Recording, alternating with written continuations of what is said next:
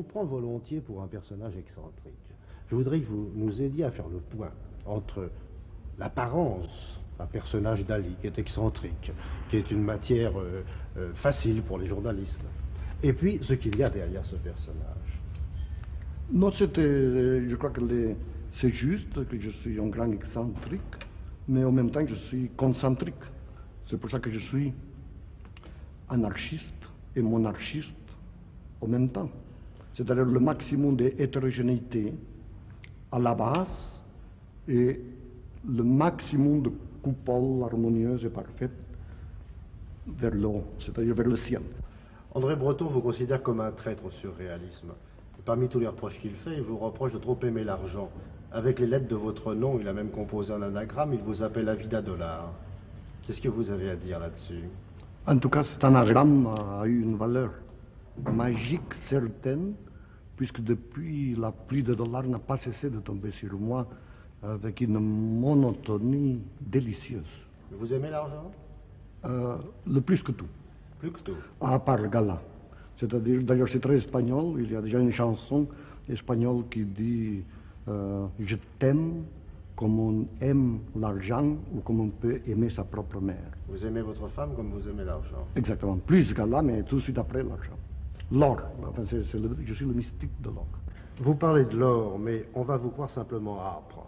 Or, je suppose qu'il ne s'agit pas seulement de l'âpreté du gain, lorsque vous parlez de votre amour de l'or. Je suppose que vous entendez ça au sens des alchimistes. Exact. C'est-à-dire que pour eux, l'or était le symbole de la puissance royale et de la réussite d'une vie religieuse et philosophique, n'est-ce pas? Et mystique. Et mystique, bien entendu. Exact. Les surréalistes croyaient à l'amour fou. Vous y croyez? Moi, je crois à l'amour délirant, mais pas fou, parce que j'ai toujours dit que l'unique différence qu'il y a entre Dali et un fou, c'est que je ne suis pas fou. Nous vivons dans une ère atomique et même dans une ère cosmique. Est-ce que ça a changé beaucoup de choses dans votre œuvre? Ça n'a rien changé parce que cette époque que nous vivons, il a été exactement inauguré avec les portes de métro de Paris, c'est-à-dire nous vivons de la charité de 1900. Freud, Marx, les portes de métro, Autoran, enfin tous les nouveaux progrès de la science viennent de Marx, Planck, tout ça se produit exactement, Einstein, tout ça se produit au début de 1900. Vous n'êtes donc pas étonné par cette époque parce que vous l'avez toujours ressenti? Exactement, je l'ai vécu dès mon enfance. Pourquoi peignez-vous alors? Pour exprimer cette époque?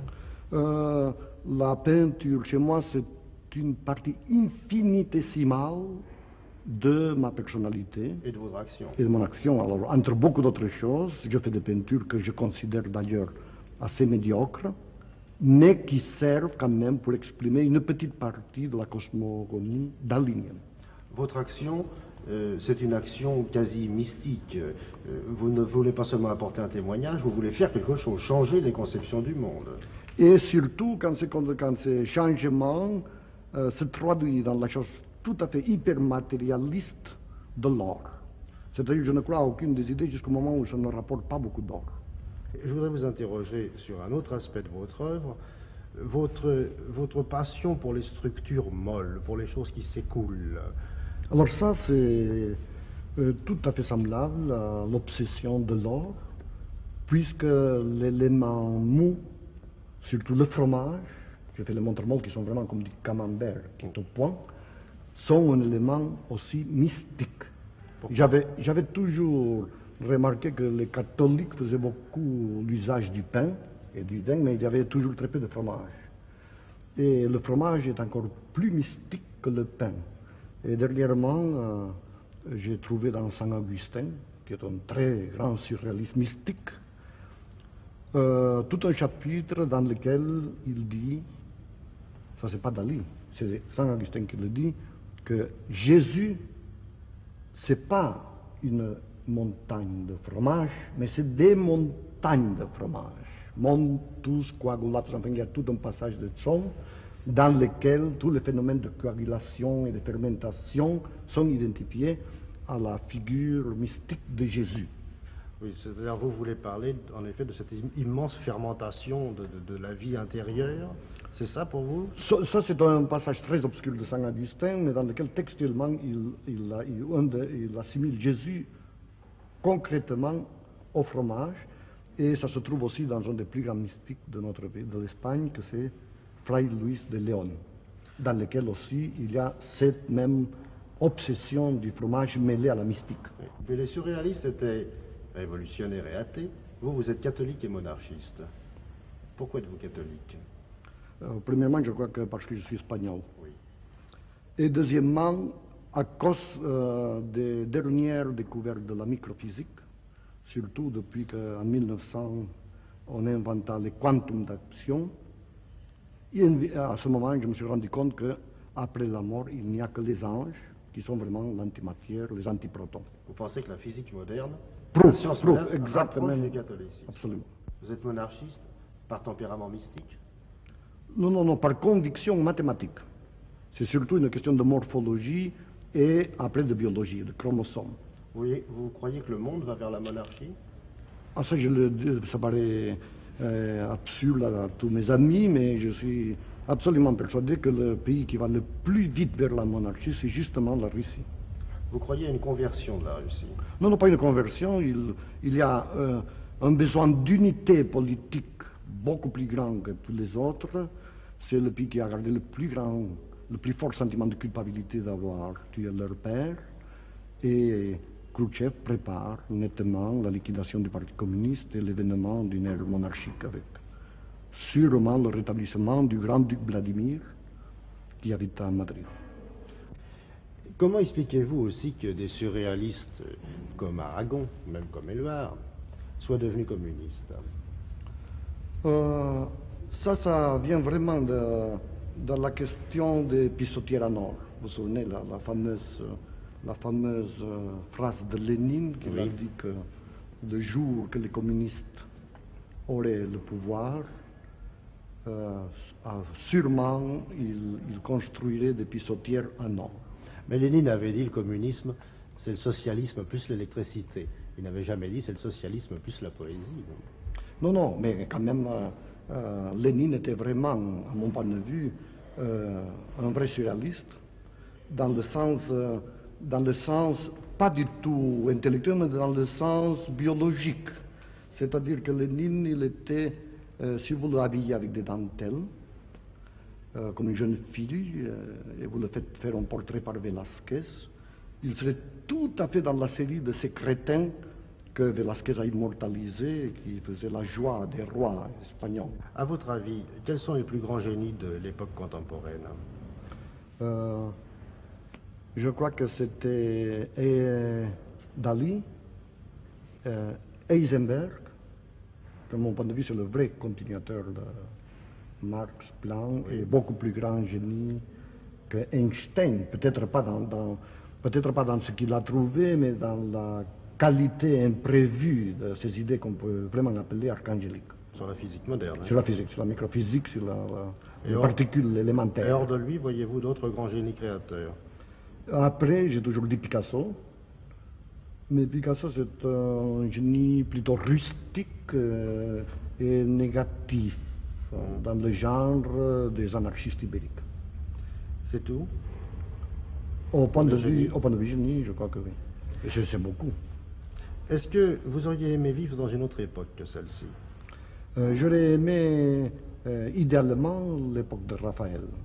Mais pratiquement, à cause de mon exhibitionnisme et de mon délire de grandeur, je préfère de beaucoup aujourd'hui parce qu'aujourd'hui on vit dans une époque d'une médiocrité extraordinaire et mon génie peut briller beaucoup plus.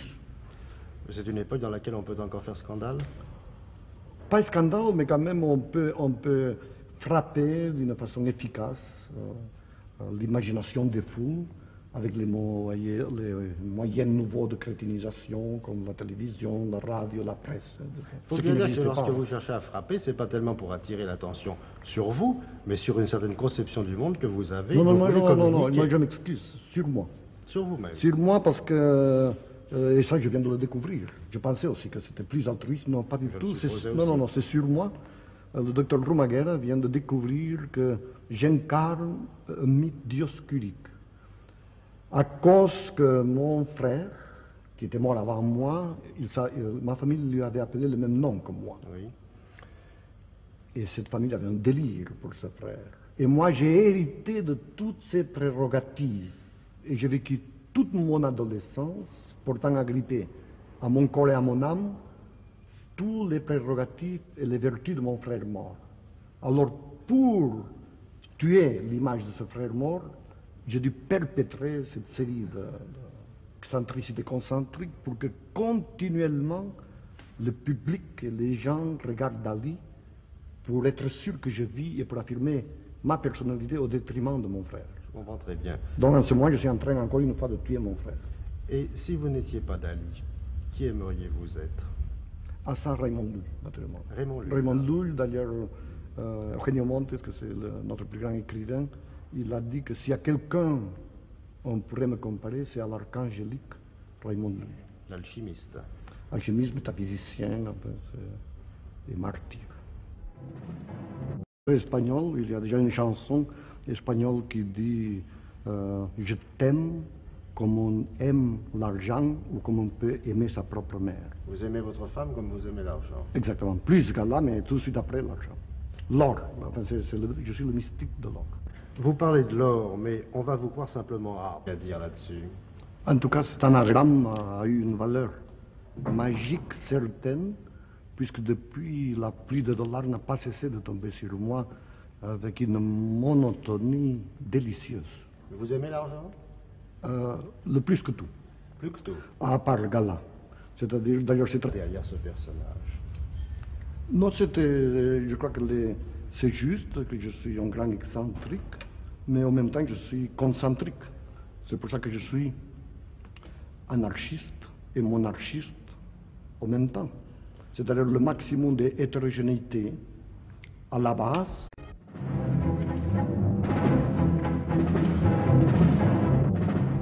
On vous prend volontiers pour un personnage excentrique. Je voudrais que vous nous aidiez à faire le point entre l'apparence d'un personnage Dali qui est excentrique, qui est une matière facile pour les journalistes, et puis ce qu'il y a. Et le maximum de coupole harmonieuse et parfaite vers le haut, c'est-à-dire vers le ciel. André Breton vous considère comme un traître au surréalisme. Parmi tous les reproches qu'il fait, il vous reproche de trop aimer l'argent. Avec les lettres de votre nom, il a même composé un anagramme, il vous appelle Avida Dollar. Qu'est-ce que vous avez